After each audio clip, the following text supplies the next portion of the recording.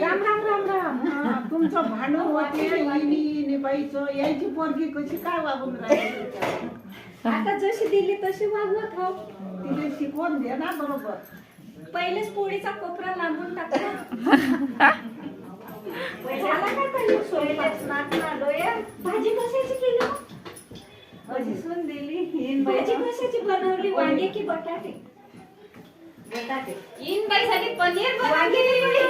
वांगे नाही बनवले बाई. वांगे खात नाही म्हणते कोणी. वांगे खात नाही म्हणते इन बाई. नाही नाही लयच भूक लागली त्या लेकराला.